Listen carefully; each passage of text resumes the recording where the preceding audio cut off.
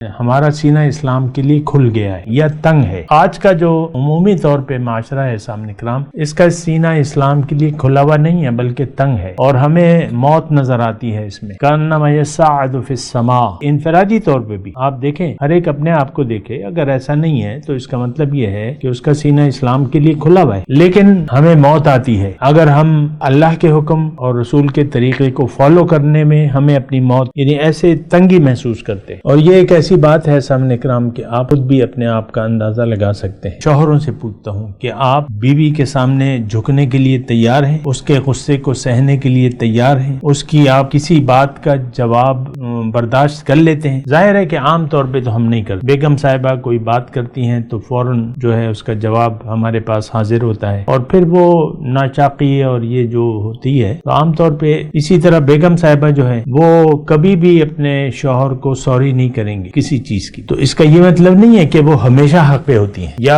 شوہر ہمیشہ حق پہ ہوتا ہے، ہو سکتا ہے، لیکن اگر آپ حق پہ نہیں بھی ہیں تو بھی آپ سوری کرنے میں تو آپ کو کوئی، لیکن ہم ایسا نہیں کرتے۔ دیکھیں، اسلام ہمیں جھکنے کی تعلیم دیتا ہے۔ اصل جو چیز ہے وہ جھک جانا ہے خالق کے سامنے، اور مخلوق اپنے معاملے میں مخلوق کے سامنے بھی جھک جائیں۔ رسول اکرم صلی اللہ علیہ وسلم کی سیرت سے ہمیں واضح ہوتا ہے کہ انہوں نے کبھی بھی اپنی ذات کے لیے بدلہ نہیں لیا اور بخش دیا، نظر انداز کر دیا۔